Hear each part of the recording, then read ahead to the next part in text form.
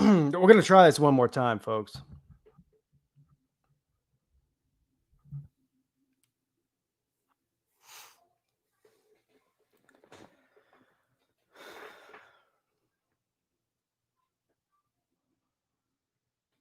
Part 3.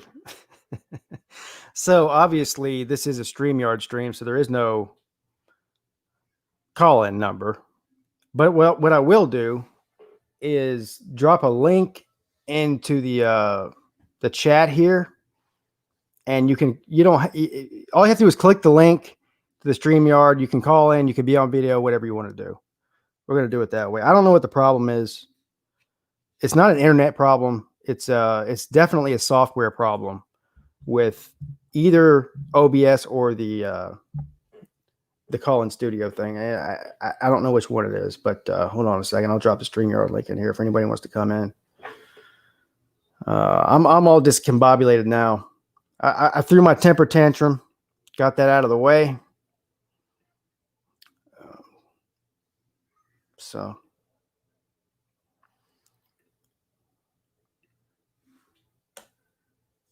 there is a StreamYard link in the chat. Let's see who's in here. Goose Sports is in the house. Clemson Carson talked to the Paw. Tiger Nation. Johnny Red Dot's back. Johnny Red Dot tried to call in twice. Thank you, sir. Golden Blue Dude. The Real Big Lee.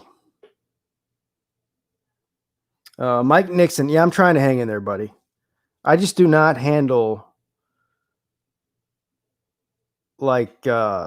technical difficult. I don't handle it well.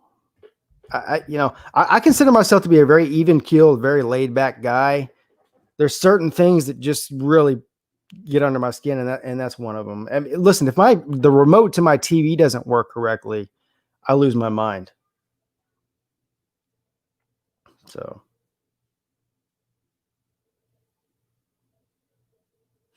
it's a software. It's not a Wi-Fi issue, I don't think. It kept telling me that the OBS kept disconnecting, which is the software I use to stream. And by the way, OBS is a great service. I mean, it's free. You can do all sorts of things on there. You can't do anything on StreamYard. I mean, you can bring people in and have them on video or on phone for free, which is great. I mean, I'm not complaining about that, but you can't put graphics up on the screen unless you pay for the service, which I'm not going to do. I'm already paying for the call-in studio deal. So talk to the Paw. We love Pixie and Pete's show so much that 10 minutes felt like 100. It felt like 1,000 to me. Third time's the charm. We'll see. But I look forward to these Friday night call-in shows. I get some great calls, great callers, the whole nine, great comments and everything. And yeah, I think so. I think it's like $20 a month. I don't know what it is. I think it's somewhere around there. And I'm just not going to pay for it because, first of all, OBS is better. Here's the thing, man. When it comes to having guests on, StreamYard's better. Other than that, it's not. There's just not a whole lot you can do on StreamYard.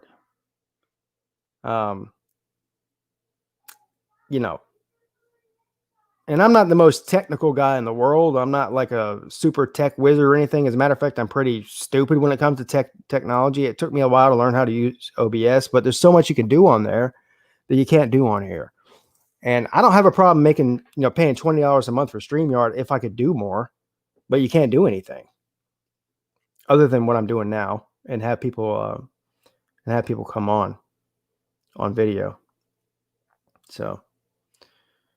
And again, the call-in studio costs money per minute per person that's online, on hold or on the phone. So anyway, none of y'all care about anything. That's neither here nor there.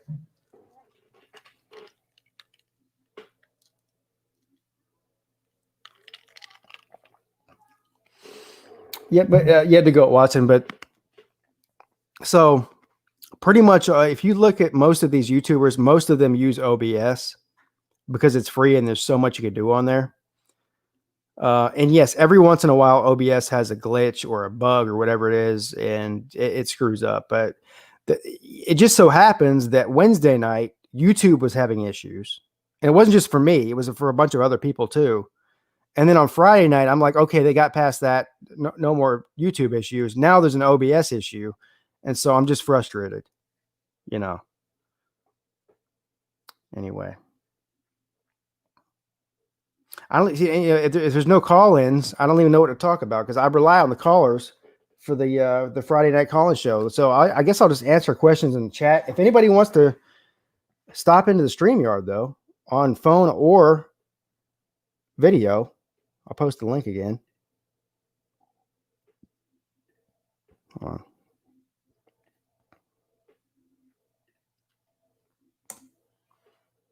I can have up to like 5 people in here, I think. Click that link. Looks like we got somebody in here. Slim Shady Canes is in here. You seem lonely, sir. What's up, man? It's been a day. Yeah, it's been a day, all right. It's been a day. Well, I was thinking you were going to call in through the call-in feature, and I was going to put the ACC schedule up. I can't do that now. It is what it is. I saw it earlier. I know, but I wanted to look at it. Yeah. And I wanted everybody else to look at it too. We could talk about it. So off the top of your head, looks like we got Johnny Red Dot coming in here too. What's up, Johnny? Hey, Pete, how are you? Hey, I'm amazing at, well, you know, I was about to say I'm amazing and fantastic. I'm amazing and fantastic about to blow a gasket is what's really the truth. You were about to, your blood pressure was through the roof. Yes, I need some Lipitor or something. This is a lot clearer. It is a lot clearer. Yeah. So that's why I know it wasn't an internet issue. It was just it was a software issue. Anyway, I kept hearing your call-in service chiming. Yeah, so me too. With it. Well, so well, it's a long story. Anyway, it is what it is.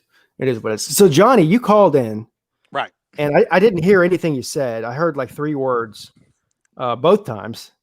So yeah. What were you saying? Okay, well, at 5 o'clock today, we got the rest of our schedule released. I shouldn't say we should. Alabama did. So and we ended up drawing Missouri and Kentucky. Yeah. So all of our Tennessee fans just went absolutely apeshit, saying, "Hey, once again, Alabama doesn't have to play anybody on their schedule," which we have 4 of the top 13 teams. And we're playing Georgia and Tennessee. And the only team we're not playing in the East that's in the top 10 is Florida, which we play next year. So my point to all the Tennessee fans who are playing A&M and Auburn, who we play, was like, who the hell are we supposed to play? There's only 7 teams in the East. We're playing Georgia. We're playing you guys. We don't have Florida. Who else is here? We took Missouri and Tennessee. I mean, Missouri and Kentucky. That just leaves the almighty South Carolina and the almighty Vanderbilt. Yeah, so I was looking at the ACC schedule earlier, and I noticed a couple of things. Like North Carolina State is the only team in the ACC that did not draw either Notre Dame or Clemson. Is there another situation like that in the SEC? Like, who's got the easiest schedule in the SEC right now? I don't know. I'd have to look. I know all the teams in the East. I know Auburn has a hell of a schedule. We have a hell of a schedule. LSU, maybe. I'll have to. Yeah, we got Vanderbilt and Missouri. That was our 2 we got. Right. You got lucky then. Yeah, we played Vanderbilt last year, so we're kind of surprised that we got Vanderbilt 2 years in a row. I was surprised with that.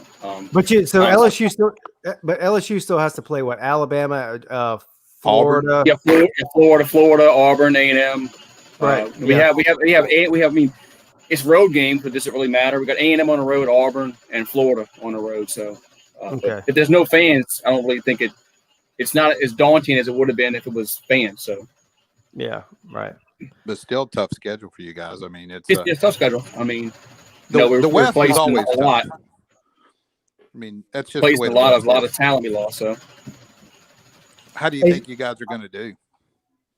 LSU. Mm-hmm. Before everything got thrown into a loop, I thought LSU would have a hard time. I mean, at Florida, at Auburn, at A&M. Man, that's tough, man. I mean, I'd have been ecstatic if we won one of those three. But I mean, so. I mean, I said it all depends on what Miles Brennan does and what kind of offense is LSU going to run. I mean, it's not going to be what last year. I mean, you don't think so? I think it will be. I mean, I think they'll run the similar style of offense. I mean, but it's not going to have that kind of not that same production. I mean, Joe Burrow is not. I mean, not going to throw 60 touchdown passes, but no. I mean, if we had a 12-game season like we all thought.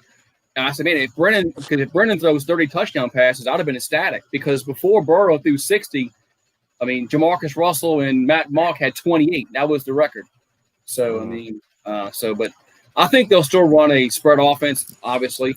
But it's just going to be, I mean, what kind of is Miles Brennan is he going to be? I mean, like I said, if he threw for 30 touchdown passes, I'd have been ecstatic. But that was a 12-game season. So, yeah, right. Hey, Slim Shady Canes, do you watch Hurricane T2Y? Sometimes. Okay. You might want to go. You might want to go back and watch the stream I was on earlier. You were on earlier. I saw Florida State guy. He couldn't have his mic working. Listen, this guy. Alonzo came on, and I couldn't watch very much of it. Yeah, Alonzo popped in there a couple times too. This guy, though, I never heard of this guy. Turnt Tally. You ever heard of this guy? He's a Florida State YouTuber. This guy's out of his fucking mind, man. He sounds like Chris Rock. You ever notice that? His voice sounds like Chris Rock to me. I don't know. Maybe it's me. I don't know. This guy, all he does, he yelled for 30 minutes straight. That's all he did. He was funny though. I'm not gonna lie, but man, geez, this guy. I don't know if he was drunk or on coke or whatever he was. He was on something. That's for sure. He takes after his hero, Deion Sanders. Yeah. Deion Sanders. Yeah, where's Deion boy? Didn't his son go somewhere or commit somewhere? Forgot where it was. This Deion Sanders' son. I don't know. I don't know where he committed to. I can't remember where he committed to, but it wasn't FSU. Hey, I did see though that Ray Lewis's sons both transferred to Kentucky, didn't they? Oh, really? Yeah. Kentucky. I think so. Well, two of his sons. One of his sons was at Miami a few years ago, and he transferred to like Western Kentucky or something like that. Oh, okay. He doesn't have a son that plays for Miami now, though, because I saw this yesterday. That was back when Al Golden was coach. Oh, he must have another son that plays there because somebody transferred, I think, to Kentucky. That's all something about it. I don't know where transferring from. Yeah, it's the people in the chat are saying the same thing. I don't know the guy's name. This is something I just saw on Twitter. I don't know. I did see that the best defensive lineman maybe in the country for Miami is sitting out this year. Sitting out, yeah. I saw that.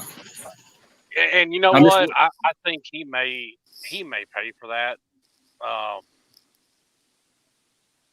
Because he was coming into his redshirt sophomore year, I think.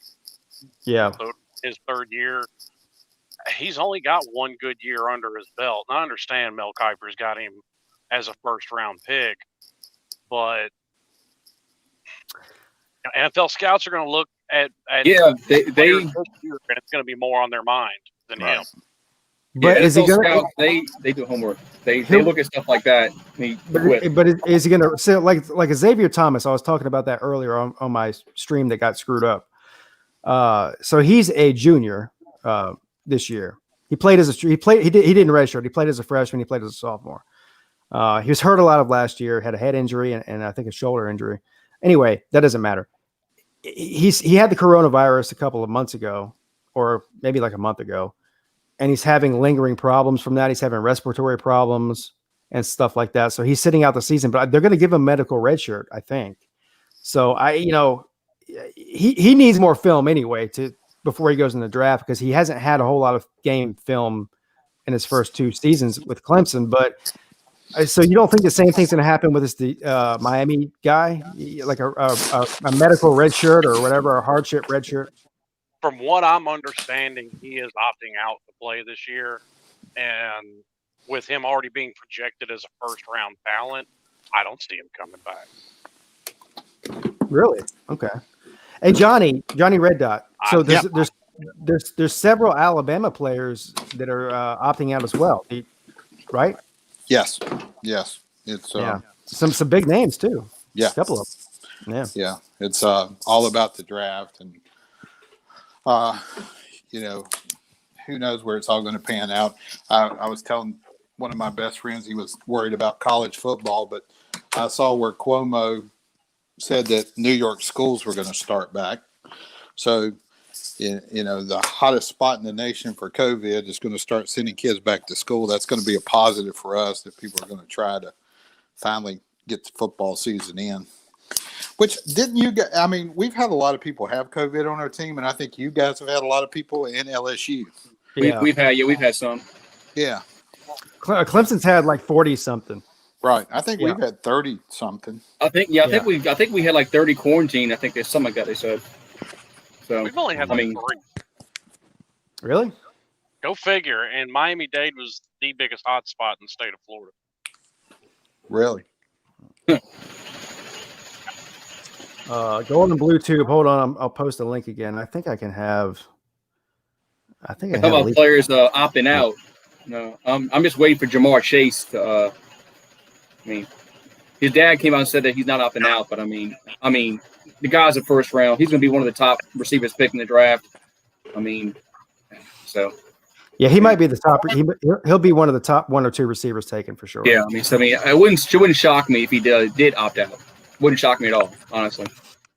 Well, there was a lot of speculation whether or not Travis Etienne would sit out, whether or not Trevor Lawrence would sit out, but it looks like both those guys are all in. They're going to play. Yeah, I was surprised when Etienne didn't go to the draft this past season. I thought I'm glad you brought that up, man, because I'm hearing everybody say that, and I'm not surprised. The reason I'm not surprised is because he said specifically the reason I'm coming back is because I want to get my degree. So a lot of players. That's that's good. That's cool. Awesome. But a lot of players, especially for Clemson, they'll graduate in 3 years. So they go to school year round. They'll go, in the spring, the summer, and in the fall.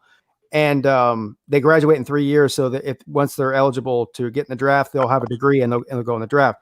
Etienne didn't do that. Etienne after 3 years did not have his degree yet. And he said specifically, the reason I'm coming back is because I promised my mom I was going to get my degree, and that's the reason I'm coming back. So I don't know why it's so hard for people to understand that. Well, that's much. That's awesome. It's awesome to get your degree. And plus, he was graded as a 2nd round pick. I think he'll probably be a 1st round pick if he has a good season this year. So he probably did himself a favor anyway, honestly.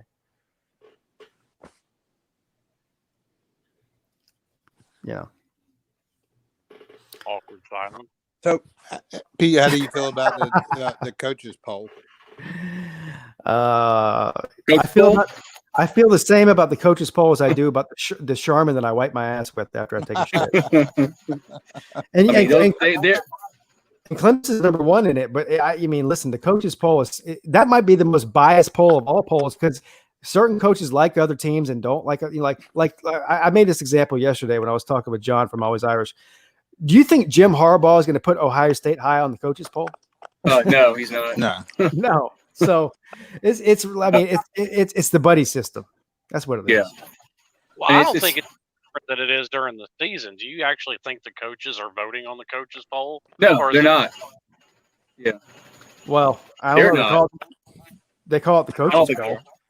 So I think some intern votes for him, but probably. I mean, if you had to ask me who I thought the number 1 team in the country is right now, I'd say Clemson, just because of Trevor Lawrence. I think he's the best quarterback. Yeah. And absolutely, I'm fine with us being 3 or 4. just because of Mac Jones and what Mac Jones is going to do. Everybody, I think he's going to do a lot better than what we think. But Bryce Young's just sitting there waiting. They're saying here locally he'll probably make it all the way through the season, but I don't. I think Saban learned that lesson with Tua. But who knows where Alabama will end up this year? It's just defense is stellar. But who knows? We got Ray Lego in here, otherwise known as, and formerly known as, I guess just to say, Lego on Fuego. I'm like Prince, man. Yeah, you are. You need to change your name to a symbol. Yeah, no joke. I had to join in after you made that Jim Harbaugh comment. Yeah, absolutely. Of course he would vote Ohio State high, man. He gives them 27-point victories every year. Yeah. He loves Ohio State secretly. Hey, so let me ask you, that I got a Michigan fan on here, which is very rare, by the way. Let me ask you a question, man. So this whole thing that happened on the conference call the other day between Ryan Day and Harbaugh, you know what I'm talking about, right? Yeah, of course. Mm-hmm. All right, so what do you think about this, man? I think Jim Harbaugh's a weird dude, man. Yeah, I'll never deny that. He's definitely weird. What I do like about him, to come to his defense a little bit, is that, he calls people out a lot of times for, breaking basic rules of the game and everything else. In this case, Ryan Day, it's a small thing, but he did, they asked him not to have a practice. No Big Ten team was supposed to have a practice, and they had like a linebacking practice or whatever, and he called him out on it. One thing I like about Jim Harbaugh is, I don't feel like I have to worry about ethics or morals or anything like that, anything going on behind the scenes. He would look stupid if he's calling all these teams out for cheating and then he himself is cheating. So this is the first time he's done this, though. So there was the incident, I think, last year where he called basically, I don't know if he was calling out Alabama or all the SEC teams. He said those teams down south are cheaters. It's hard to beat them. But he didn't really get specific about what they were cheating about. I don't really get behind those comments because he talks about bags and money and all this or whatever, and he really doesn't have any proof in the pudding. But it really stemmed from when Michigan was running their satellite camps, when they were going out to Florida and Alabama trying to recruit and basically running practices in those areas of the so that Southern talent could see Michigan play. And Nick Saban obviously had an issue with that, and they've been at it for ever since then. So it's stemmed from there. He's definitely a weird guy, but yeah. Hey, Ray, do you honestly think that he said that he was going to hang 100 on Harbaugh? That's what we have a local radio station Ryan here. Day. I find that hard to believe that Ryan Day said he was going to hang 100. That's been confirmed by some Ohio State insiders, and it worries me because they probably can. Our defense has had absolutely no plan for Ohio State every single year. So he did say that. He didn't say it to Harbaugh. He said it to his own team. He said it to his own team, and it got out. Yeah. Mm-hmm. Right. Oh, okay. Right. Well, Ray, if you can confirm that, I'm taking the over on that game then. Hey, I'm right there with you. I'm a Michigan fan, but I also like making money. So I'm taking the over heavy. Let me ask you this question, man, because again, it's not that often I get a Michigan fan on here. Yeah, absolutely. So I'm of the feeling that if I were a Michigan fan, which is kind of hard to fathom, but if I was, I think that this is a make or break year for Jim Harbaugh. You're paying the guy $8 million a year. He's never won the division. He's never won a game against his rival. How much longer can this go on before Michigan fans start getting tired of it? Yeah, I absolutely agree with that. Michigan fans are being way too patient. I think one thing that makes us a little hesitant is if you remember when we had Lloyd Carr, he won us the 1997 national championship. We were a perennial power every single year. And towards the end of his tenure there, we kind of were ready. We were ready for him to go. He lost to App State, and he just started getting very boring with his offense. He wasn't changing with the times. So we were ready for him to go. We thought the grass was greener on the other side. Then you end up with Rich Rodriguez and Brady Hoke, and just some of the worst years that I've seen in my entire life as a Michigan fan. So it's kind of worrisome to think again that the grass might be greener on the other side. But I'll tell you right now, I've said this name over and over and over again. If Chris Peterson Washington's coach that just left or whatever, if he said he wanted to go to Michigan, if you asked me if I could have Chris Peterson or Jim Harbaugh, that would be a no-brainer for me. I would take Chris Peterson all day. Oh, wow. Yeah. Yeah, I mean, Harbaugh has done. I don't want to take away what Harbaugh's done for Michigan. I mean, Brady Hoke, his first year went 11-2, won the Sugar Bowl against Virginia Tech, so everything was looking good. And then we saw what really was happening. He wasn't that good of a coach, plain and simple. Harbaugh has, as much as he's not met expectations for what he's getting paid. I think that's the big thing. What he's getting paid. He's getting paid a lot of money to not beat Ohio State. I think he's the third highest paid coach right now. So he's not getting the job done, but at the same time, he is still winning a lot of games or whatever. And twice he's put us in position to beat Ohio State in the last game of the season to make the playoffs. So absolutely. The 2016. If you're a school like Michigan and you throw that, when he got hired, he was the highest paid coach in all of college football. Right. But that was 5 years ago. But at some point, like Michigan's goal, I'm assuming, is not to come in second or third place in their own division and lose a bowl game every year. Right. We don't need another Bo Schembechler era. I mean, Bo Schembechler was amazing when he was at Michigan, but at the end of the day, he didn't win the national championship. and when you're getting paid millions and millions of dollars, we won a national championship. I hate to be picky, but I mean, you now that you've got now as a Clemson fan, you're really starting to get a taste of championships and everything else, and starting to get used to winning or whatever. And I've been used to that. Outside of those Brady Hoke and Rich Rodriguez years, I've been used to that. But it's difficult to get so close and not actually get over the hump or whatever. And I was hoping Harbaugh was going to be that guy. So he's proven everywhere he could be a winner. Even throughout the 90s and early 2000s, Clemson was close, but not getting over the hump. That was the reason I wanted Bowden fired, is because I mean, they were having top 10 recruiting classes year after year, and they were still only winning 8 games. And a lot of Clemson fans were like, "Oh, well, he's been to 10 straight bowl games." I'm like, "Whoop did he do? Who gives a shit? I want to do more than win a bowl game." Right, exactly. I mean, I'm a Detroit Lions fan, as you can see too, and Michigan upsets me way more than Detroit ever will, because Detroit, I know what to expect going in or whatever. Michigan, it's like. I actually have some kind of positive expectations or whatever, and they never surprise me. Well, learn from was it 2008? And don't your coach every 3 or 4 years. Hasn't turned out well for it. Yeah, that's a very true statement too. That's another reason why I'm like, maybe we stick with Harbaugh just for a little bit longer. I mean, you never know. I mean, Pete, you of all people, everybody knows about Dabo early on in his career or whatever, and he was going through some of the same struggles. Couldn't beat South Carolina early on or whatever, and turned it around. That Michigan fans use that a lot. There's a site called MGO Blog. It's basically our forum site or whatever. And they talk about Dabo Swinney a lot. They keep bringing that up. They say Dabo lost at South Carolina his first 4.5, I guess. This is what I was talking about with Hurricane T2Y earlier on his show. Right. Yes, they lost to South Carolina 5 years in a row, but overall, the entire program improved. They were recruiting better. Academics got better. They were making New Year's Six bowl games, something they hadn't done. Yeah. They eventually started winning ACC championships. So it only took 3.5 years, whatever it was, for him to turn that thing around. He had one really bad season. I think it was his third year. But after that, it was like a rocket ship. And, I could see a lot of people get hung up on the rival thing. I get that.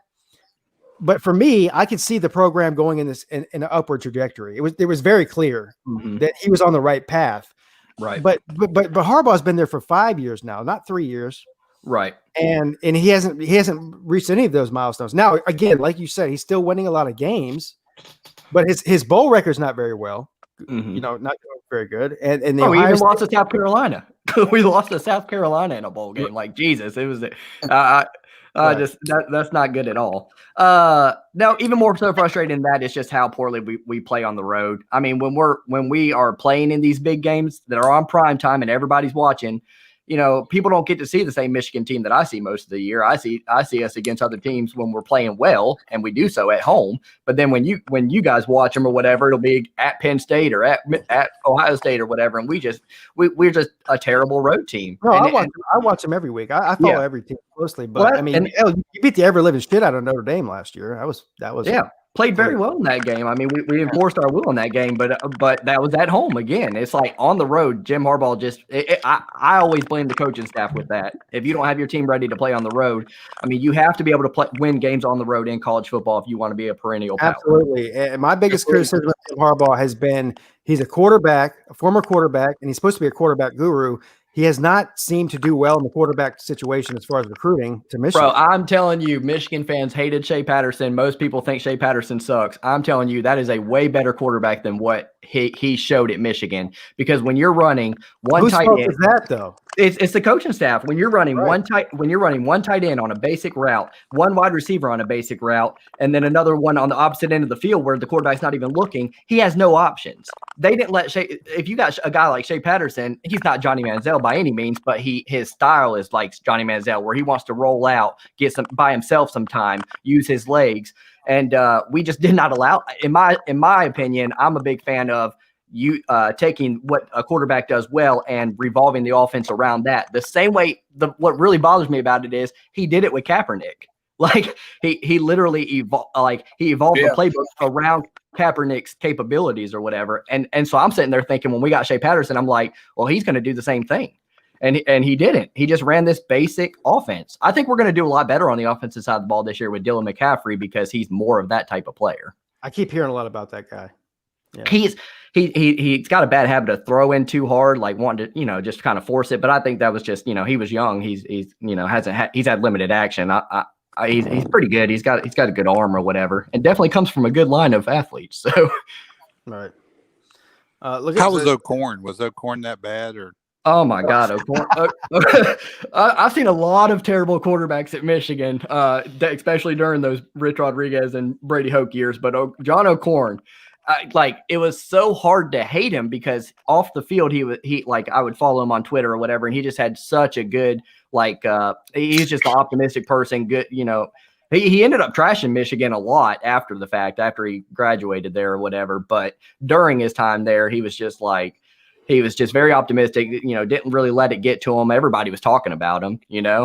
I have a bad habit of I know a lot of people are like, well, these guys are just kids or whatever, and I'm like, are they really though? They're like 20 and 21 years old, and they're playing a sport that they know they could get ridiculed at or whatever. I don't know. I'm a big fan of I'll trash people, but in a certain respectful way. Right. But yeah, he was awful. terrible. He was terrible. Bro, when we played Ohio State, that's the only Ohio State Michigan game I've gone to in my entire life. If I would have known John O'Corn was going to be the starting quarterback for that game, I would not have bought the tickets earlier in the year.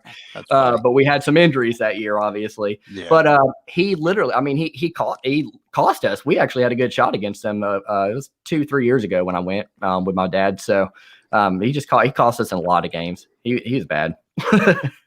Speaking of quarterbacks, Slim Shady Canes, you got one of the most unknown quarterbacks coming in, Derek King. I know you're not high on him.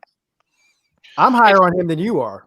It's not that I'm not high. It's he had an outstanding 2018 season. Hell, he had 50 total touchdowns. And 50 total touchdowns and almost 4,000 yards passing. That's nothing to sneeze at, sir. Yes, but at the end of that season, he completely destroyed his knee. And he looked like crap in the games that he played in 2019. Yeah, but his knee's healed though now, right? Yeah, but some people are never the same after that. Well, listen, Deshaun Watson has torn both of his ACLs on both knees. Well, I've seen Frank Gore do the same thing. And Deshaun Watson. Frank Gore's still playing. Yeah. Slim, do you know where John O'Corn came from? I do not. I'm guessing Miami. Houston. Oh. So. It's hard to tell with those guys coming from those schools, Well, the way the conferences are aligned now, the way they play in Houston is a lot like the AAC or the Big 12. It's a lot of high-powered offenses and no defense. Mm-hmm. So what's he going to do against trash it if you want. Clemson and Miami have got two of the best defenses in the country. So what are you going to do against, higher-level defenses? I think it's not that I'm down on it. There's just a lot of question marks about it. Well, yeah, of course there's question marks because you haven't seen him play in a Power 5 conference yet, and he's coming off an injury and all that. But at the end of the day, I think he's the best potentially the best quarterback you've had in 5 years. Oh, probably longer than that. Yeah, I right. mean, you have to figure the last time I'd say the best last quarterback we had. I'll go all the way back to Brockman. I mean, that's just being honest. What about Brad Kaya? Yeah, they had Brad. He could make every pass. Give him that. Could make every pass you asked him to throw. Had center blocks for feet. So the only way he's successful is with the best offensive line in the country in front of him. Luke Walker says Derek King will be running for his life. Yeah, but that's what he does well. He's a very good runner. So maybe that's not necessarily a bad thing. He can hide some of the deficiencies with the offensive line, most definitely. What's Tate Martell doing? Yeah, what is he doing? Back at quarterback, supposedly. What? I thought he should have stayed at wide receiver. I don't think Tate knows what Tate's doing. Oh, okay. I thought he was going to be the second string slot receiver. Well, I mean, if he can catch a ball without bobbling it, he might be the best slot receiver we have. Oh no, man. That's I mean, Mike bad. Hartley's good. I like him, but his nickname is Juggle. T. Davis says Tate is working at Walmart. Now, I've got a question for you, Pete, and really for everybody else. This is what I was going to call in and talk about tonight. Yeah. We've seen it now at Oklahoma State. We've seen it at Clemson. Now we're seeing it with Gary Patterson. And honestly, nerves. What are you talking about? Lay it on me. Hear what's going on with Gary Patterson at TCU? Yeah, I mean, same thing that happened with the assistant coach at Clemson. These players, get out of your feelings and grow up. Seriously. Well, here's the thing, man. First of all, I don't disagree with what you're saying, but here's what I will say about this. And Gary Patterson's situation in particular, whether what he did was right or wrong is completely irrelevant at this point. He should know better. That you can't say that. I mean, I'm not saying what he said was wrong. I'm just saying he should know better. Like, I mean, is this guy not watching TV? Is he not reading newspapers? Is somebody not advising him on this? Like, and this is the other thing too. So the thing with the Clemson assistant coach, that happened like 3 years ago. And that wasn't even Dabo Swinney. That was another coach that did it. And of course, everybody called Dabo Swinney a racist for something that somebody else said 3 years ago. And I'm like, okay. Well, Gary Patterson says it this past week, let alone after everything that's been going on.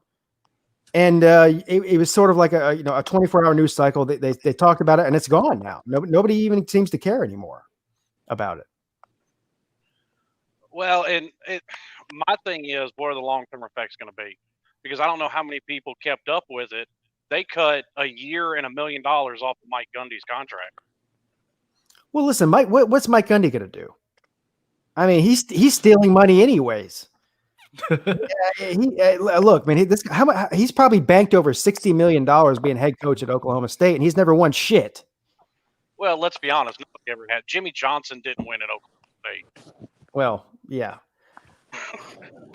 No one wins at Oklahoma State. I get it, but Mike Gundy, if they're like, hey man, you got to take a pay cut. I mean, what is Mike Gundy going to do? Oh, well, I'm gonna go out there and play the field. Well, he's not going to get a better job than Oklahoma State. Of course, he's going to take the pay cut. Well, I mean, for all you know, Mike Gundy could leave the Big 12 and he'll end up like win the Pac-12. Well, he'll end up like Steve Sarkisian and being an analyst or a coordinator for Alabama, like every other coach that gets fired. We're rehab central, man. Yes. Take it easy. or pull a Matt Brown, go sit in a booth for a couple of years and then get another. Does Alabama? They still got Lyles over there. Lyles Jones. Butch? Yeah. We still. He's still in Betty Ford. He's still in Betty Ford. Still in Betty Ford. But seriously, I mean, what all Mike Gundy did was wear a fucking T-shirt too. He didn't even really do anything wrong. Right. He wore a T-shirt. I said at the time, I'd have told Chubba Hubbard kick rock. Well, Yeah, exactly. I don't care how good a player you think you are. There's another one. Bye. Yeah, well, if you think any one of these coaches are racist, that's just crazy. All the help that they've done in the community with these guys, of course, scholarships, that's crazy. Yeah. And that was my problem with when this all started with Dabo with the Football Lives Matter shirt and the thing with the assistant coach that came out from 3 years ago from a disgruntled player who got kicked off the team for discipline issues. He clearly had a problem with Dabo Swinney in the first place.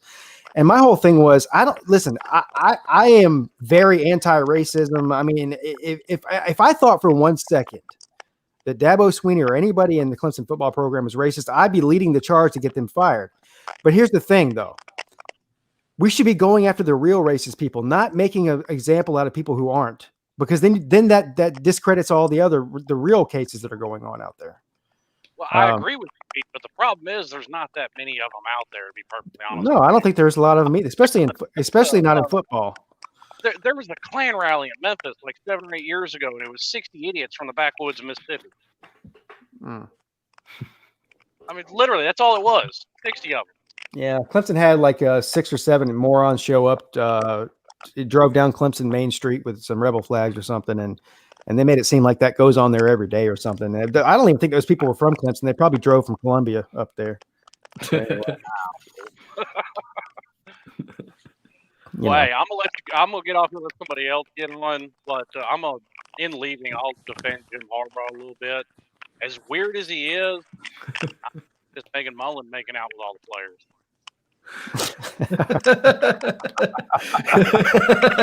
Hey, Slim, before you go, would you make out with Megan Mullen? Negative.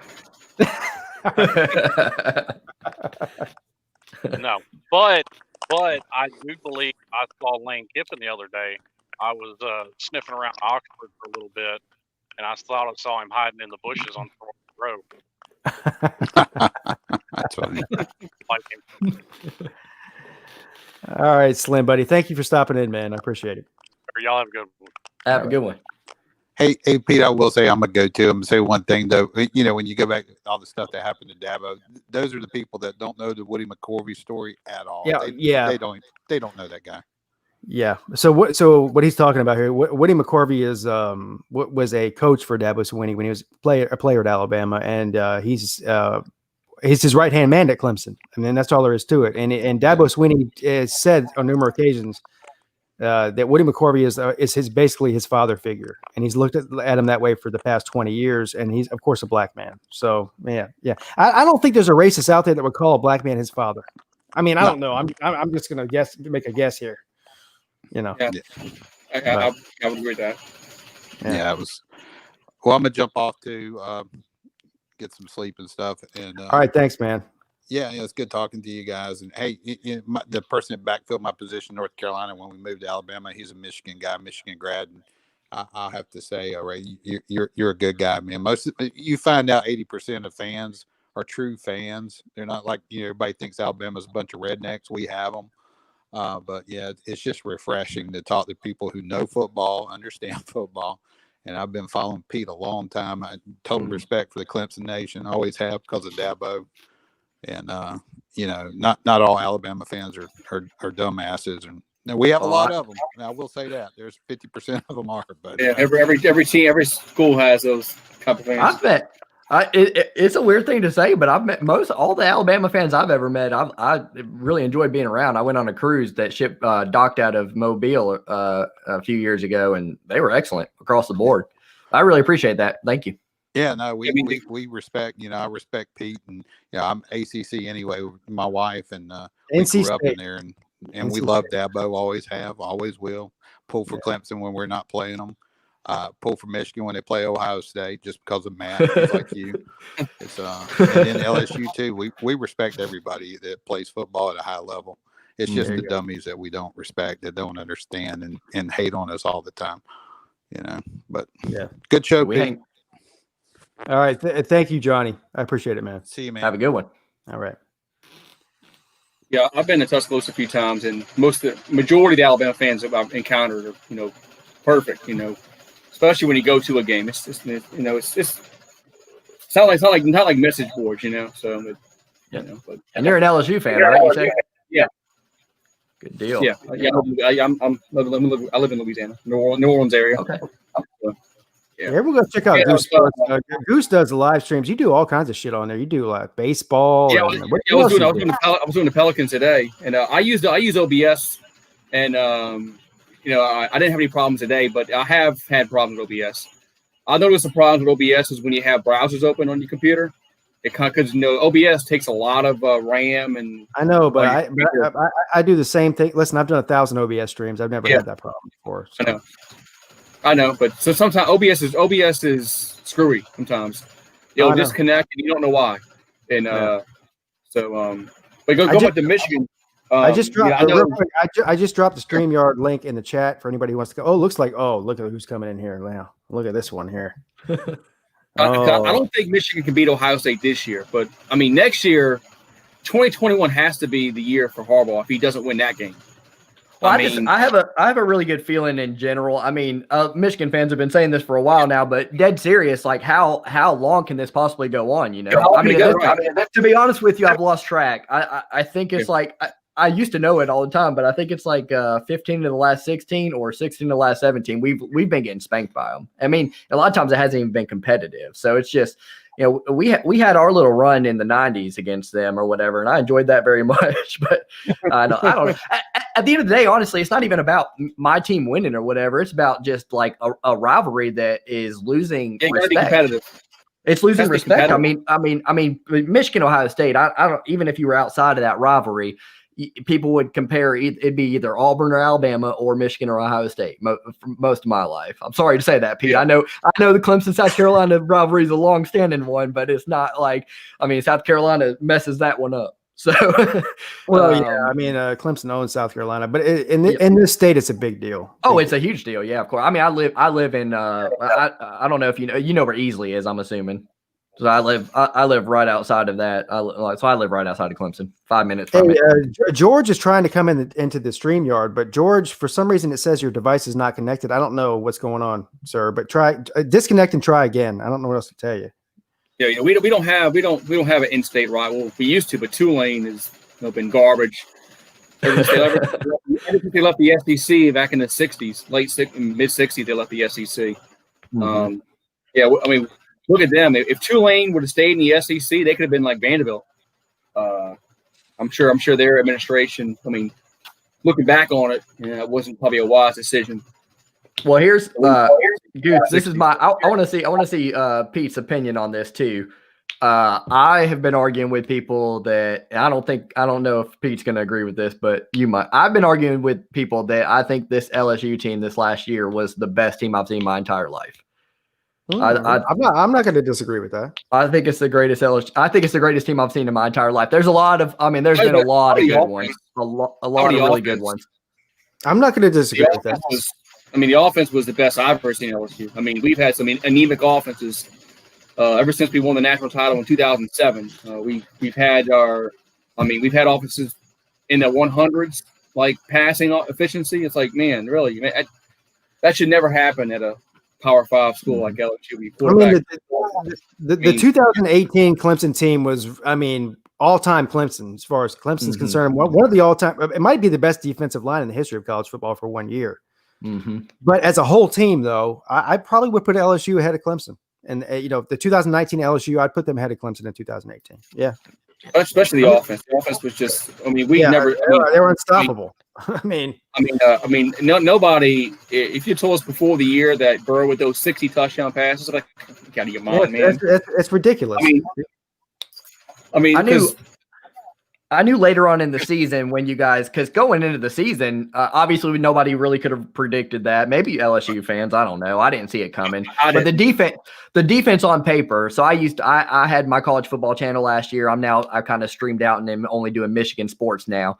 But I covered a lot of LSU because they had a lot of big games last year. When I covered the Texas game, when I was looking at their defense, I was like, man, there's not a person on if I was grading the players, I was like, there's nobody worse than a B+ on this defense. Hey, let me say something real quick. George keeps trying to come in here. George, here's what you need to do. You don't have a microphone or a camera.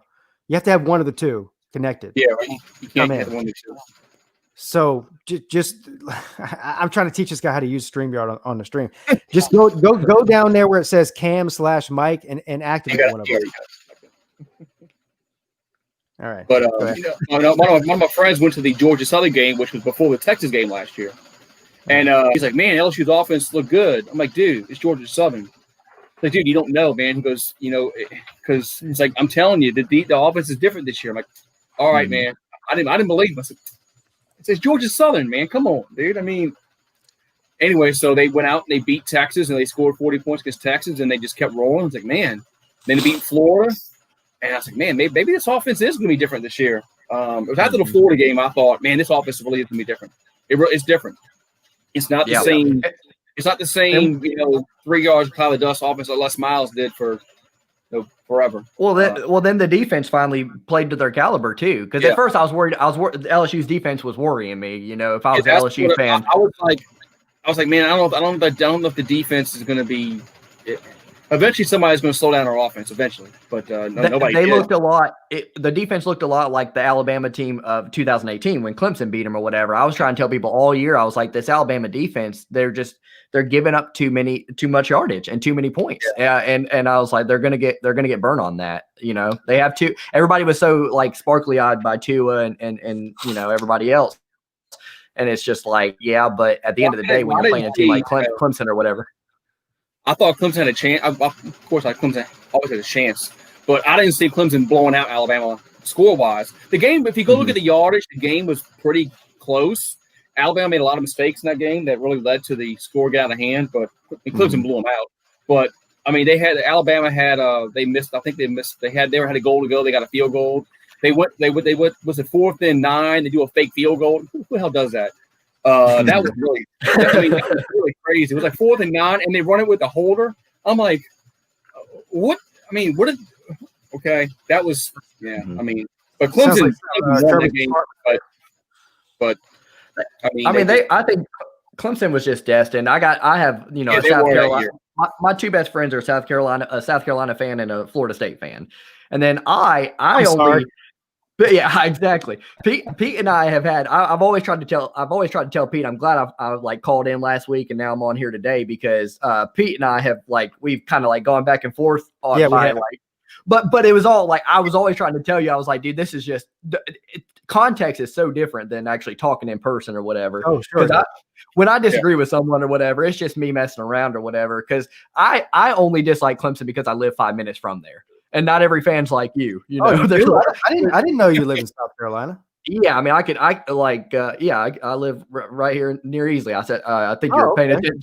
Yeah, so I didn't know that. So I live right by the stadium, man. I real close to it. So I have. It's like by default, I have to root against Clemson for the simple fact that there's just for all the great fans that are here, there's just too many that I'm like. I don't want them to win. I'm like, I can't deal with that person after they win. I don't blame you. If I was a Michigan fan in South Carolina, I'd feel the same way. Yeah, it's tough. Hey, imagine having to watch Clemson and Ohio State play, which they've done. I'm like, geez, I know. I'll root for Clemson, but it's difficult because. Right. What's Harbaugh's record against Michigan State? I know for a time it wasn't. Is it? I'm not sure, to be honest with you. We're a good bit ahead of them. We're actually still ahead of Ohio State. I mean, with Harbaugh. Like with Harbaugh as a coach. Oh, with Harbaugh, he's been there 5 years. He's either 2 or 3 or 3-2 against them. I'm trying to remember. So the first year was that drop punt. The punt. the old fiasco. The punt where the punter threw the ball up in the air and. Oh, you should have seen my reaction on that day. I think he's either. I want to say he's 3-2 now. I think he's 3-2 now. That happened in the Saints game years ago with playing the Falcons. The punter it was a bad snap. The punter threw the ball in the air. The Falcons picked up and they scored with a few seconds left in the game, and the Falcons won. That was that might have been the 80s, late 80s. I mean, early 80s. Oh goodness. I couldn't. That day, I drank too much that day. That was the wrong day for something like that to happen. I'll tell you that. What just happened? Hey, Goose. Hey, Goose. Do you play the piano? Next to the plexiglass. Hey, somebody's got something going on in the background. I don't have my. Yeah, turn that. There you go. You don't play the piano?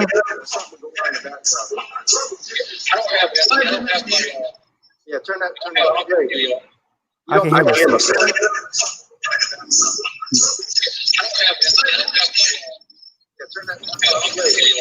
Is that you, John? Nah, mine's not on. I'm hearing an echo. Hold Yeah, on. I don't have the stream on. I just have the StreamYard. I don't have the YouTube app on. I'm hearing an echo. Yeah, so you gotta turn your volume down on your desktop. Yeah. That's me. Yeah, I think it's you. My volume's turned off. You got two windows open on your computer. Me? Yeah. Okay. I think. Yeah. Get out of the original stream that you're watching and stay. Okay, how about that? How about that? That better? Is that better, people? I don't hear it. I don't hear it. Echo. They're good. Okay, I think that's better. Okay, if not, I can exit out. I mean, I think you're good right now. Yeah, I think it went away. So Goose, did you play the piano? I see that piano back there behind you. No, this is a green screen. What? Yeah, green screen. So you got a fake living room on your green screen? Oh, that's a new one, bro. I was about to say, tickle those Irish for us, man. You were thinking, Pete was thinking YouTube's paying you nice. I was like, dang, he got the nice couch, the grand piano going on back there. We're over here with fathead stickers in the background. Yeah, fathead stickers. Yeah, man. This is balling on a budget right here. Yeah. I got an honor board in the bag. I don't know that one. I don't know where it came from. Hey, so Dondre Crawford, BGP. That's a tongue twister. BGPO Football Funk is his YouTube name. So everybody knows Dondre. He's a Clemson fan, Clemson YouTuber. He just got out of the hospital from he had COVID. How you doing, man? Man, it's good. You know, you know what I say to you and Bobby and Mark. I appreciate y'all's support. Yeah, man. Throwing my time in need and keeping me entertained because being in the hospital for 2 weeks wasn't no fun, and I appreciate it. Yeah, keeping me company. Well, I'm just glad you're okay. So, I mean, so how you doing? I mean, yeah, it's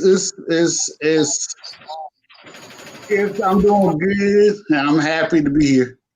So, okay. Man. Hey, man, but I'm ready for some football, man. They finally put a schedule out. You can see, Wake Forest, first game. Yeah, I might go to it. I mean, I wish I could be excited about playing Wake Forest. I can't say that I am, though, but, you know. And football, man, they can play some midgets out there. Yeah, man.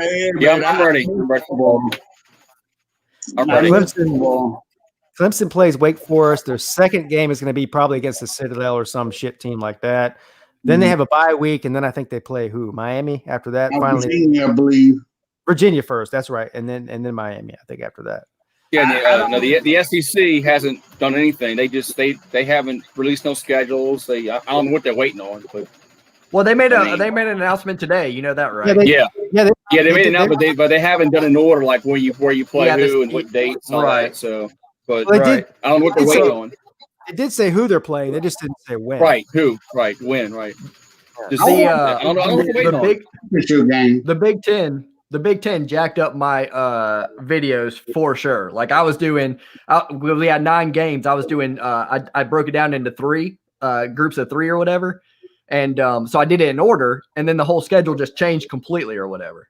Yeah. And on top of that, I did the Wisconsin preview because we were supposed to play Wisconsin the first week of the season. And I like to get those videos out like a month in advance so that they can have time to gain traction or whatever.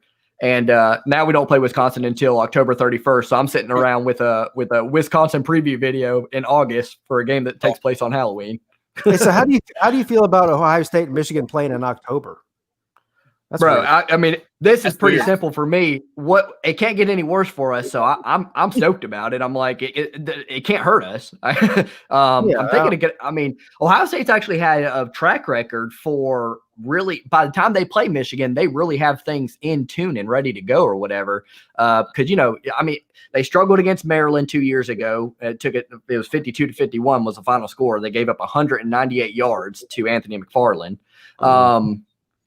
No, I might even have been 298. It was a lot. And then, they lost to Purdue. They got their butts whooped by Purdue, got their butts whooped by Iowa. Like, I'm glad to be playing Ohio State in October. If we're going to have a chance against them, that might be the time. They lost a lot on that They lost a lot on that defense. I mean, I'm not going to – I know Ohio State recruits well. I know they can develop well or whatever. I expect them to be good. But I think it's going to be one of those years for them where – a lot of people are really, really high on them, and it's hard even when you have like recruited talent or whatever.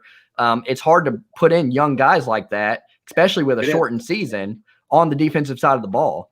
I mean, they lost Chase Young, they lost Jeff Okuda, they lost Malik Harrison. I mean, they lost a lot of guys. They did. I still honestly, I have Ohio State as the number one team in the country going into the season. I mean, that offense is ridiculous. Yeah, and then he play the receiver. And they got Trey Pennsylvania.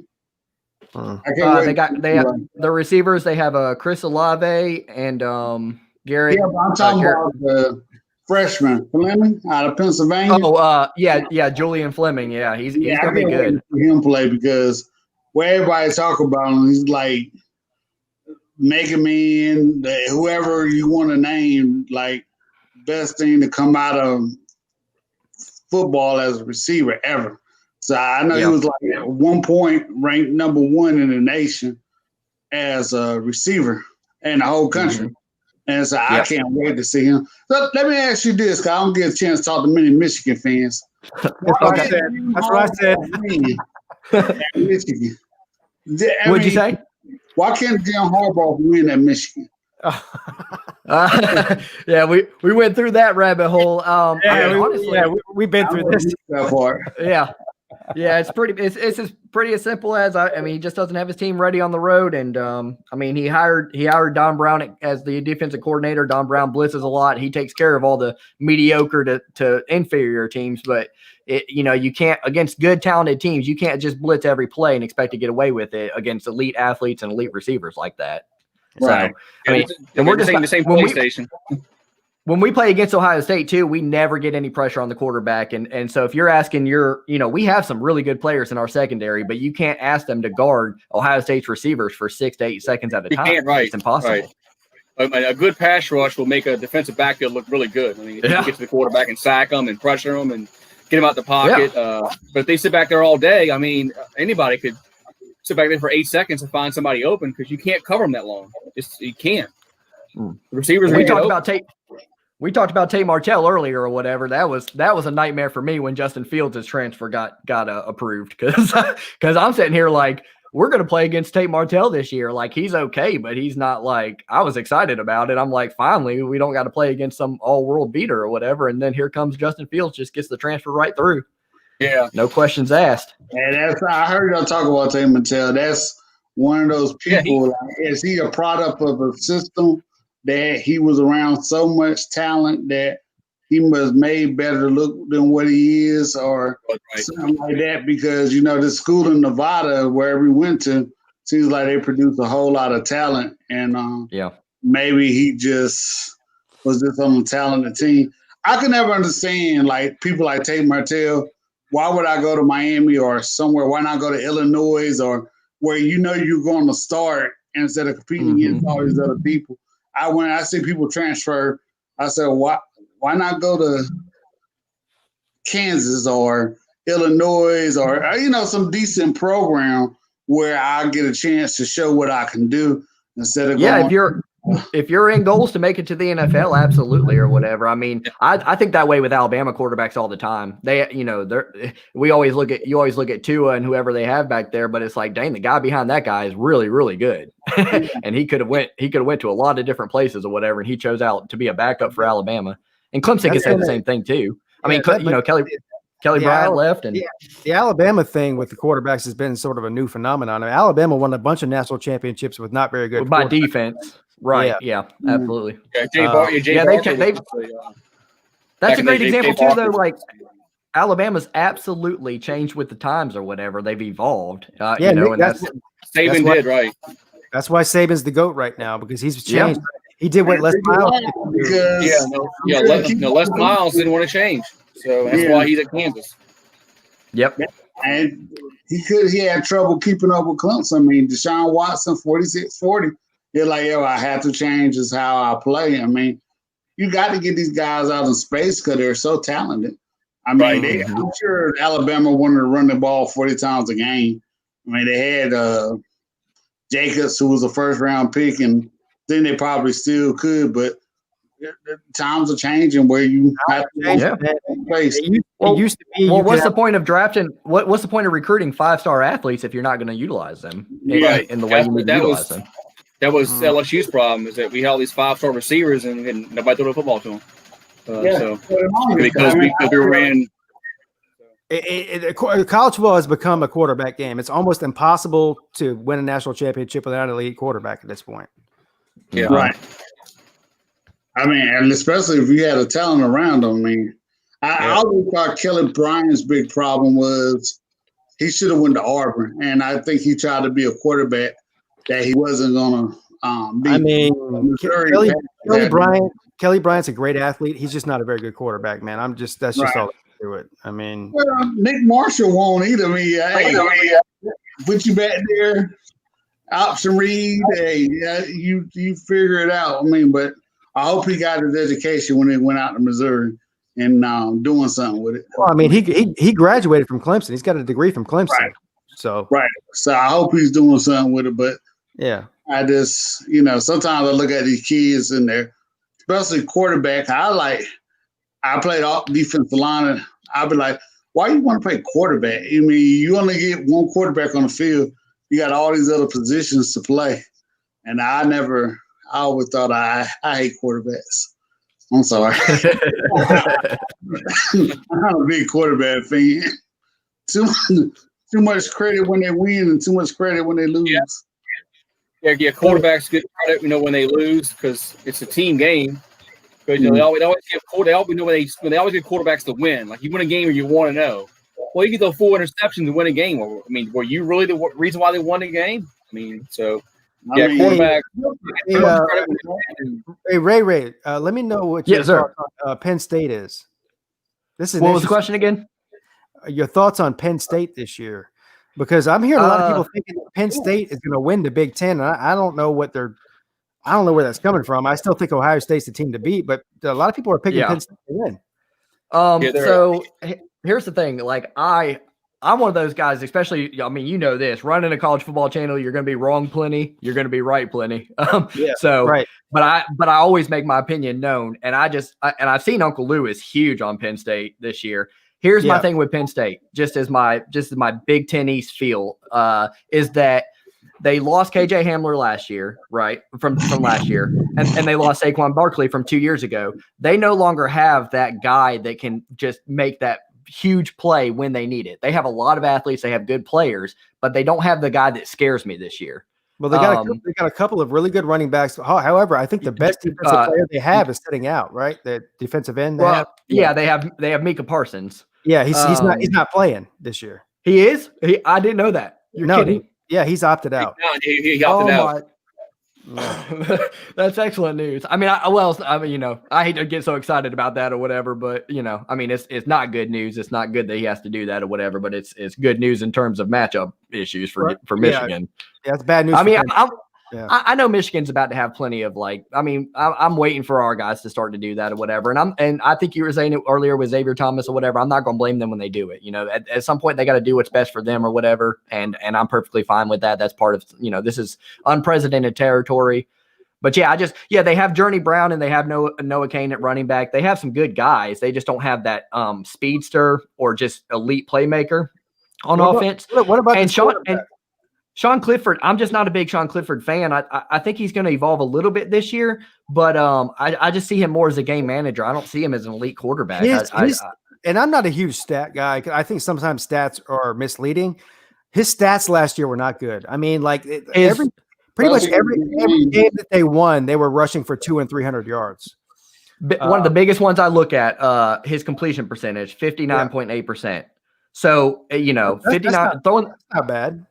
It's not good. It's not great, but it's not bad. But the problem in the NFL, it'd be doable. The problem is that he's not the guy who's going to win the game for you. He reminds me a lot of the quintessential game manager type of quarterback.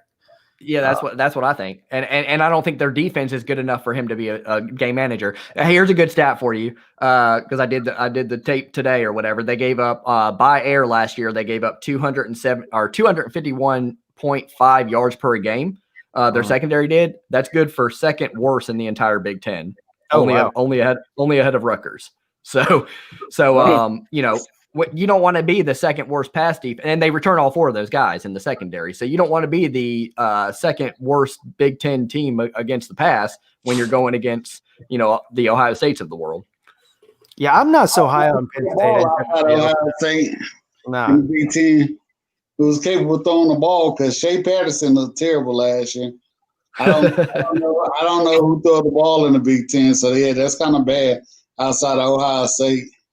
Yeah, Ohio State's pretty. I mean, that they're definitely the offensive team of the Big Ten, and really the Big Ten East is really outside of Ohio State is wide open. But I went over earlier that Ohio State lost a lot of guys on defense. So I mean, if Maryland Michigan was Maryland throws the ball over the field, but they don't have a defense.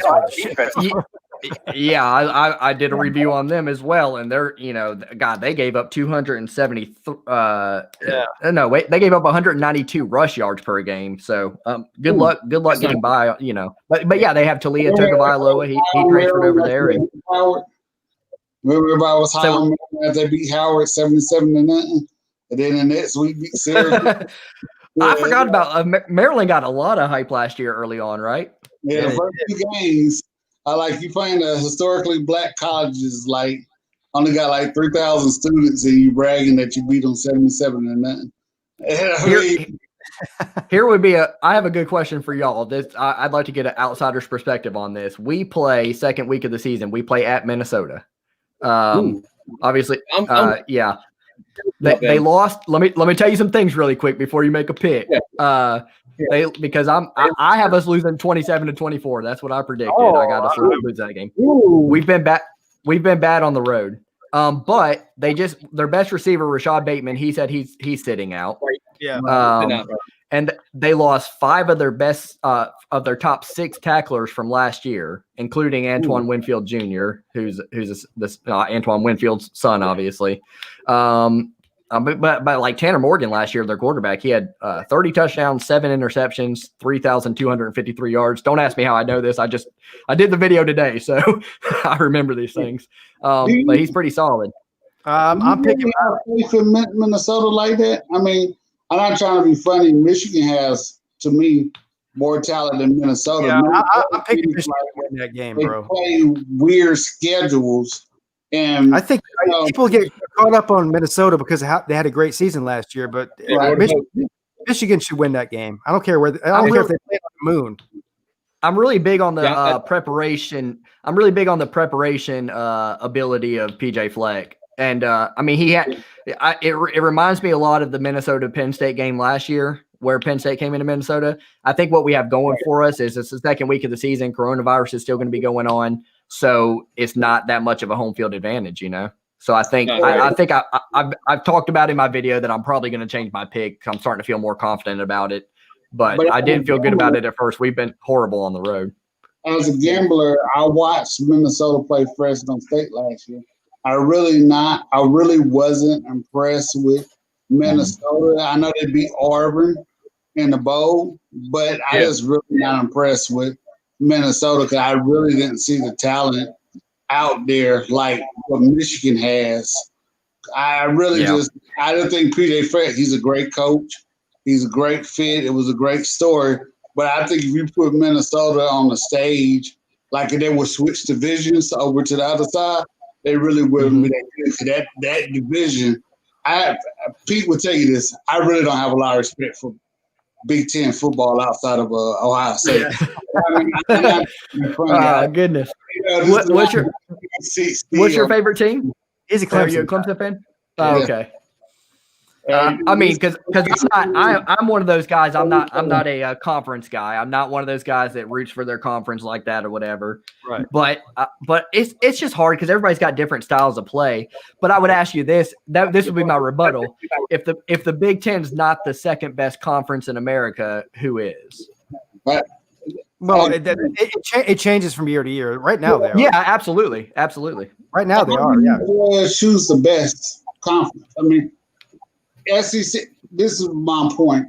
If you go back to the 70s and 80s, Pitt probably had more talent than anybody. We all ain't gonna say Pitt is great now.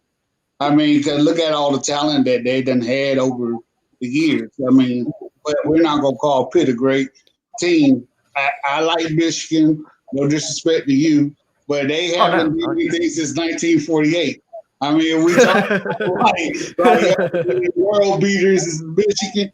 Yeah, it was cool what they did in 1944, but we all know there's certain factors that cause Michigan or Ohio State or Pitt or Southern Cal to be good, and those factors are not there anymore. I mean, Southern Cal is pretty good, but what's Michigan's and I don't care because I think that preseason polls are meaningless, but where are they ranked at, Michigan?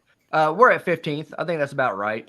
I mean, yeah, I do too. We have a lot of question marks, so putting us right there in the middle of the pack, I think, is fair. I mean, I honestly this is one of the more confused I've been on for a Michigan team. I know our entire team. I can name all 22 players easily. I know what they do well, don't do well, or whatever. But I'm very confused at how we're going to perform this year. We have one of the best offenses we've had in a long time. The problem is we have a very young offensive line, and that's always an issue, obviously, especially when you don't get your tune-up games this time around, and especially when you have to play Ohio State, Penn State, who have good defensive lines. Yeah, absolutely. And I'm sitting there looking at this McCaffrey kid. I heard about him coming out of high school, and I'm like, well, where's he at? Harbaugh doing a terrible job of building. I mean, when I look at Michigan, again, I'm comparing speed. When I look at Michigan, I don't see the speed that I see in the Southern teams that I see at Michigan or what they're trying to do.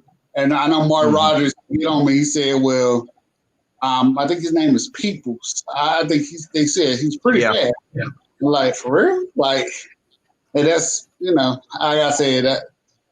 He's what did he run at the he ran a pretty good 40 time at the combine. He was pretty fast, but we didn't utilize it. I mean, and that's been an issue.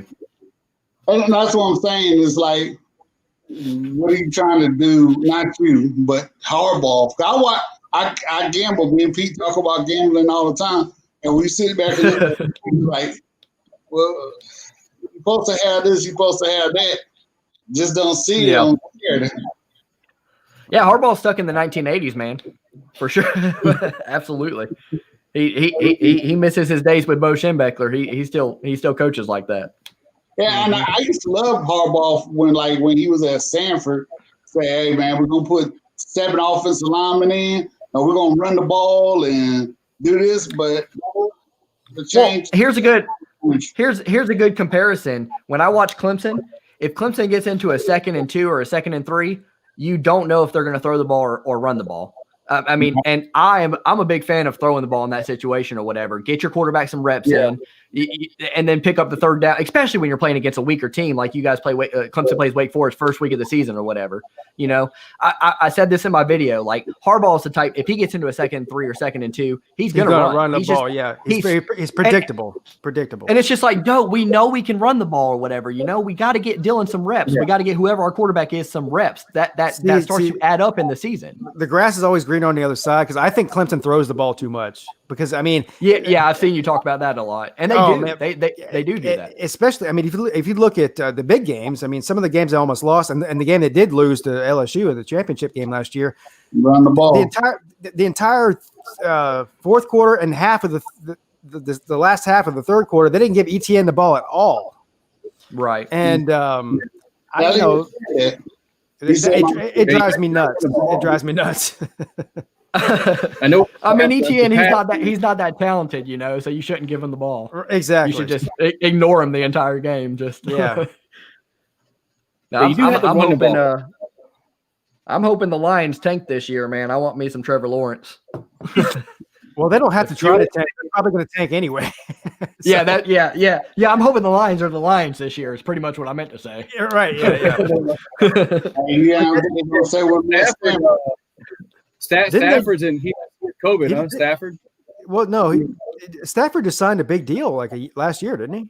Yeah, I think Stafford's actually. He likes Detroit. Detroit likes him a lot, or whatever. I think he's going to be there for the long haul. Yeah, and to be honest. To be honest with you, he frustrates me because he can't get us over the hump, but I'm never going to blame him. I don't think Stafford's the problem though. He's the best Detroit quarterback I've seen my entire life. Now that's not saying much. We haven't had many good ones, but dude, if you would have put Stafford, especially during his prime, on any of these Patriot teams or whatever, he'd do damage, man. I mean, there's 1 year with the Lions, he went 42 touchdowns, 9 interceptions. He's a good quarterback. He's just kind of taken away. But I will say this as a Detroit fan, I've never been one of those Detroit fans that are like, oh yeah, we're drafting well, we're doing better or whatever, because we've always drafted like crap. I mean, if you remember, we took the receiver in the first round of the draft 4 years in a row back in the day. I've never been optimistic on Detroit's drafts, but I will say this is probably one of the most excited. Our defense is still trash. We got a lot of work to do on the defense, but the offense is really good. I was so mad about the TJ Hawkinson tight end pick last year because we were the 10th pick of the draft, and I'm like, it's a tight end. But it just when I saw him play, I mean, he just, he blocks. So he really fits the script. NFL, man, it's been proven that if you have a big tight end that can catch the ball in traffic or whatever like that, it's been pretty successful. I mean, you've seen it with a lot of guys, with Tony Gonzalez and Rob Gronkowski and guys like that. Travis Kelce is a good example. It just kind of takes the pressure off the receivers. Things to bet on, if they're favorite Detroit in the Cardinals, if they're favorite, I always go the opposite way because it seems like they blow a lead or they're absolutely terrible. I think I had a 22-0 lead on the Cowboys a couple of years ago in the playoffs, and it's like, how do you blow that lead? I don't know if it's coach, even with Matt Patricia, Hardware, y'all have. I agree with that. Detroit's the type of team you want to pick them when they're playing against Green Bay at home or whatever, and Green Bay's favored by 5, and we'll cover that. We'll cover against the better teams. We don't cover well against Detroit competition. The Lions are the South Carolina Gamecocks of the NFL. They'll beat a number 3 ranked Georgia 1 week, and then they'll lose to the Bengals the next week or whatever. Yeah, that's about accurate. We beat the Patriots. We beat the Patriots 2 years ago. So I always say thank God for Cleveland, because if there wasn't Cleveland, Cleveland, yeah, that's crazy. I don't know why they don't cover. I mean, I bet all the time, and Detroit is one of those teams I just take. Detroit and the Cardinals are 2 teams I stay away from when they say they're favored to win by -2, -1. They're gonna break your heart. You go the opposite direction. I'll tell you this story. It must have been 2016, maybe. I went to a Carolina Panthers game with some of my buddies, and they're playing Detroit, and of course Carolina won. I went to that game. You were there.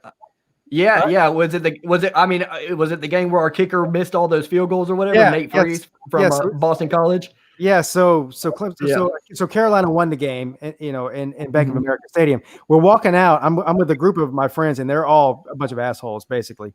And so the Lions fans are filing out, and one of my friends was like, every single Lions fan we passed, he was like, "Thanks for coming." Right? And this one Lions fan got real mad, right? He goes, "Y'all ain't never gonna win no Super Bowl with Cam Newton."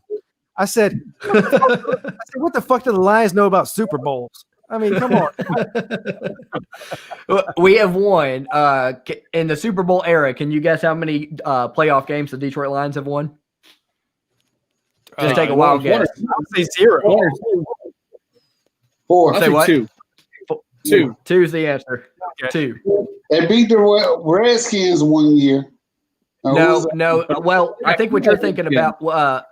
So when I was younger, which I didn't even watch football back then, I think it was like 1991. They were playing Doug Williams and the Redskins, and we won the first round of the playoffs, and then we lost to the Redskins 41-10. That was one of the victories. We beat the Cowboys in the playoffs that year. But I didn't see it. Like I wasn't old enough. I was like 4. Yeah. I think that was Wayne Fonz was the coach back then. It's been frustrating. Yeah. We played the Cowboys when they. You guys remember when? I remember that. Well, you remember? I was about to say. You remember when Des Bryant against the Packers when he complained that he caught the ball or whatever? That was the whole catch, not a catch deal. Yeah, I remember that. It wasn't. It wasn't a catch. You don't think it was a catch, do you? You said. I mean, I don't know, man. I don't know. But for me, it was just karma because the week before they played us, dude. It was a huge pivotal point in the game. We're on offense. We throw the ball 15 yards downfield. The guy's not facing the ball. He's like, the ball hits him in the back while he's face guarding our guy, and he was tucking his jersey or whatever. And they call the penalty. They call pass interference. They spot the ball. We're about to snap the ball. Des Bryant walks on the field and starts yelling at the ref, which you can't do. You can't just walk on the field with your helmet off in the middle of a play or a play that's about to happen. They converse really quick and they take away the flag and put us back. That is, you sum up the Lions in one moment. That's the lucky moment there. Bro, I know that a lot of fans, I try not to be one of those fans that complain about the refs or whatever, but it's like in that situation, I'm just like, are you kidding me, man? Like we have 2 playoff wins in the entire Super Bowl era, and and here you are calling back pass interference calls after the fact or whatever. For what? For what reason? We never even got an explanation for that. Yeah. Shoot, if you watch baseball, I know you'll remember this too. Remember when we had a guy, Galarraga, pitcher or whatever. He was pitching a no-hitter. He was down to his last out. And the guy was out at first base or whatever, and they by a mile, and they call it safe or whatever. And I'm just like, dude, even if it was close, like just call the guy out, give the guy a no-hitter. I mean, he's earned it. I feel like somebody has put a curse over the entire state of Michigan for sports. It's tough being a Detroit fan, man. Actually, to be honest, we've been at low points, but we're at our lowest point at this point. I mean, we are actually this is last year. Last year was the worst. It was the worst record ever for 4 professional franchises or whatever ever. If you have 4 franchises in your city, which there's not that many cities that have 4 teams in their city. Right. But it is ever in the history of sports. It's the worst combined record percentage or whatever. Because the Red Wings have completely fallen off. They're in complete rebuild mode. The Pistons, they're going. That's like, man, Red Wings be good. Yeah. Oh, yeah. Oh, they used to be our saving grace. I mean, I used to love. Yeah. I used to watch hockey. I used to watch hockey and act like I was into it or whatever because I was that guy. That's the only time I've ever bandwagoned my entire life. I'm not going to not watch the Red Wings when they're winning, but now I've stopped watching them again because what's there to watch? I got a question for you. You're an LSU fan? I know you're a Michigan fan. Okay. Is Joe Burrow a one-hit wonder?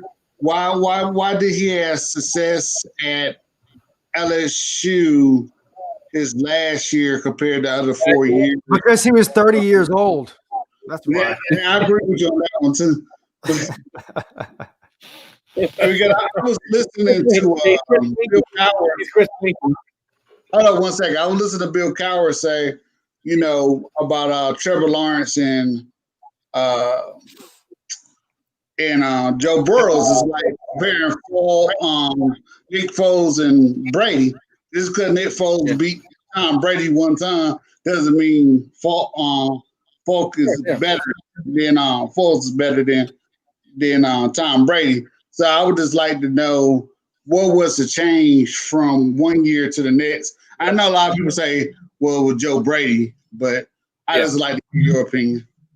Yeah, because if you look at 2018, he played better later in the year, but they didn't run near the kind of offense that they ran this past year. But I think they just had a lot of great athletes. I mean, they had Jamar Chase, Justin Jefferson, Everett Hilaire, Thaddeus Moss, Terrace Marshall. I mean, you had a lot of great athletes that got open, and the line blocked well. And there was a play against Georgia and Clemson where Burrow had 8 seconds to throw the ball. 8. I mean, you're going to find somebody open when you have 8 seconds to throw the football. I mean, it's just going to happen.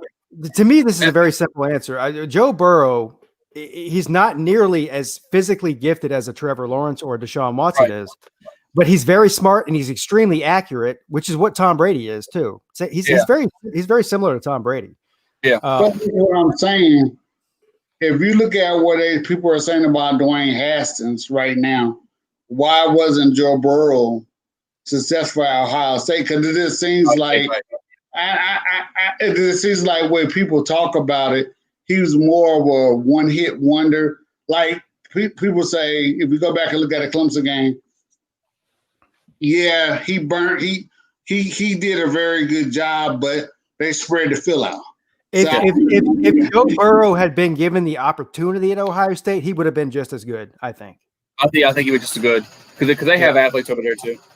Yeah, but that's what I'm saying. I mean, if we say that, but who was in front of him? Haskins and who else?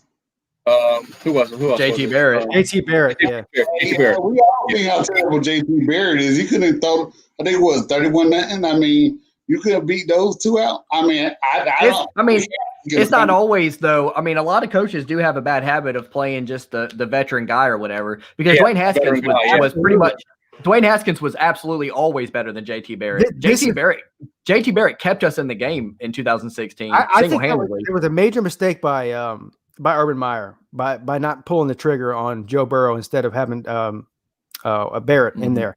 And you saw this. I mean, this was a big controversy. If you guys remember a couple of years ago when Trevor Lawrence came in, and Kelly Bryant the year before went 12-1. He went 12-1, and he was a returning starter. He was a senior. Or he was a junior, a redshirt junior, redshirt senior, whatever. You know what I'm saying? And they pulled the trigger after 4 games, and that was a big deal. And I was like, "Oh, this is terrible. How could Dabo Swinney do this to Kelly Bryant?" Because Dabo Swinney knew if he wanted to win a national championship that year, Trevor Lawrence was better than Kelly Bryant. You know, I was actually shocked, Pete. I was actually shocked that he I think he wanted Kelly to keep the job. I thought Trevor was. I thought he should have put Trevor in from the get-go. Like I thought he should have been 100%. I think the A&M game that he was going to put the other guy. I think Dabo wanted. He did want Kelly to win the job. He did want. Kelly. He likes to be faithful to his players, man, for sure. But at the end of the day, like that's what Dabo gets paid the big bucks for, is making the tough decisions or whatever. So and it worked out. I mean, a great example, like the year everybody the year that Tua came in the championship game, everybody like it was hilarious to me because everything I had ever seen of Tua in his spring game, which you can't go a lot off of spring games, but I mean, but he is playing against Alabama's defense, and anytime he would come in and mop up duty, God, he just looked days ahead of everybody or whatever. And I was like, everybody gave Saban so much praise for bringing Tua in the second half, and I was like, yo, Tua should have been the starter weeks ago. Like he should have been the guy weeks ago, in my opinion. I mean, you're poking everybody, so you can't really remove somebody when you're team is smoking everybody, but it's hard to do. Yeah, Dabo did it. Yeah. The 4th game after they got through the big game of the year, which was Texas A&M, he was like, "Yeah, you in there." Kelly Bryant. Kelly Bryant had 2 losses in his starting career in 2 years, and they yanked him for Trevor. Yeah. He can't. I hate saying this about people, man, because it's like it seems like an unnecessary blow. But I just don't think he could throw the ball. I don't think he was much of a thrower. You're absolutely right. But my problem if Joe Burrow, and unfortunately he went to the Bengals. Yeah. If he has 3 or 4 years, everybody's going to say he was a one-hit wonder. That's what a lot of people are going to say.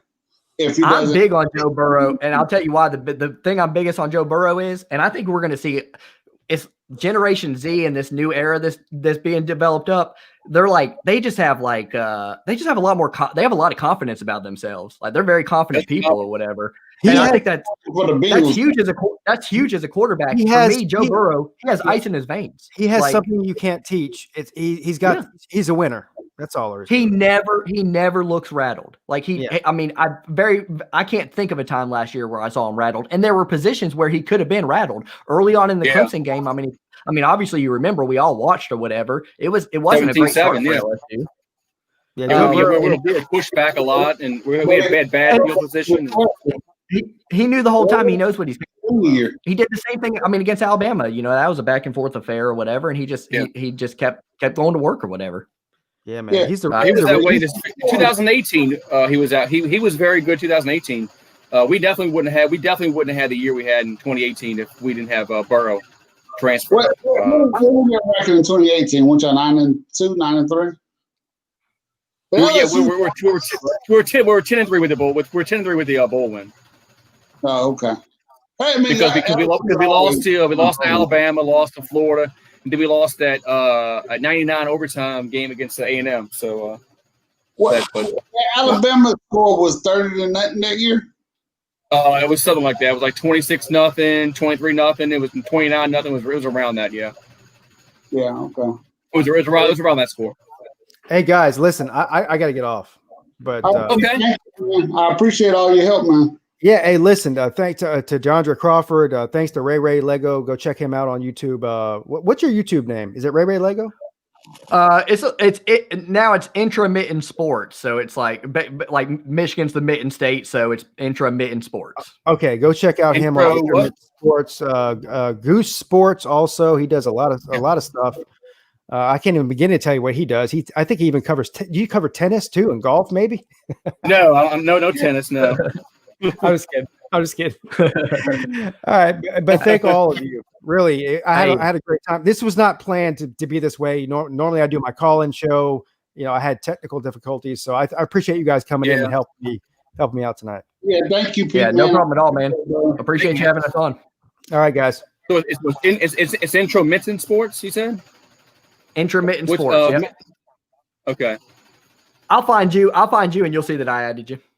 Yeah, I'm Goose Sports. I'm probably easier to find and just comment on the video, and then because YouTube you can't click on the chat anymore with YouTube and go somebody's channel. It's stupid, but weird. Yeah. Hey, you're welcome just to post the link to your channel in my chat, and he can find it that way. Yeah. Okay. Sounds good. All right. Thanks, guys. Thanks for having me on, Pete. Have a good one, man. Thank you, man. All right, Pete. Yep. All right, there you guys have it. So it turned out to be all right. I mean, I do not prefer to do these StreamYard streams. I love doing the call-in shows. It's the favorite thing I do every week. But anyway, I appreciate those guys coming in and helping me out. Slim Shady Canes came on as well. Had a bunch of people send me super chats tonight. Some of them were on the other stream, so I don't know if I can pull them up. I think they all know who they are.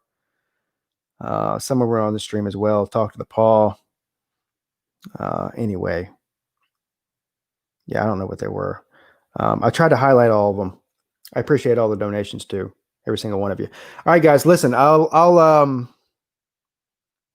don't know. My next show is planned to be on Tuesday because normally I do Tuesday, Wednesday, Thursday, and Friday shows.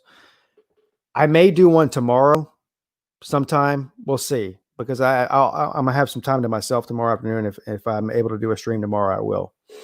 Anyway, thank you all for stopping in. I appreciate it, y'all. I love all of you too. Pigskin Pete is checking